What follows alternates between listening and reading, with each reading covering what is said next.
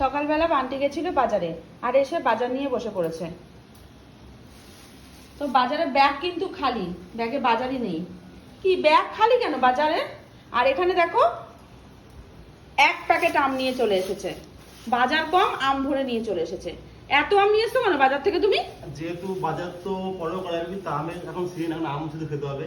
আর যেহেতু হিমসাগর আম পাকা বড় ভালো গন্ধ বেরোচ্ছে, তো 50 টাকা করে কিলো, তাই নিয়ে এসেছি 3 কিলো।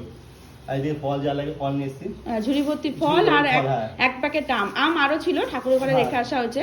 3 কিলো আম, যে 3 কিলো আম নিয়ে এসছো তুমি? 3 কিলো। এত আম কেউ আনে? সবজি কমের দিকে। সবজির মধ্যে রয়েছে ফুলকপি ছোট একটা 25 টাকা করে দেওয়া। বাবা, এই তো অফ সিজন। হ্যাঁ, অফ সিজনে 25 টাকা। অফ সিজনের ফুলকপি। তাও ভালো থেকে বেঁচে বেঁচে নিয়ে এসেছি। এটা তো খারাপ টাপ রয়েছে না। তারপর নিচের দিকে বিনস আছে কিছু, বিনসের পরে দিকে শসা আছে, আর এদিকে রয়েছে বেগুন রয়েছে, আর এদিকে হচ্ছে আলু আছে, আলু আর কিছু আনা নেই? টমেটো আছে আর পেঁয়াজ রয়েছে।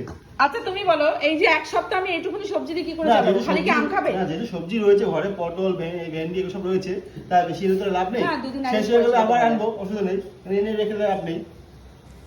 2 দিন আগে যেহেতু বাজার করেছিল, তাই অল্প বাজার ফ্রিজে রয়েছে, তাই আজকে অল্প করে এনেছে। যেহেতু আমাদের সপ্তাহের বাজার একদিনে করা হয়, আজকে যেহেতু সানডে, তো বাজারে গিয়ে বলেছি একটু বেশি করে বাজার আনতে, তাই আম নিয়ে এসছে বেশি করে, বাজার না এনে। কারণ আম খেতে আমাদের সিদ্ধু প্রচন্ড ভালোবাসে। আর যেহেতু এবছর আমের সিজনটা, মানে আমটা বেশি মনে হয় না বলো?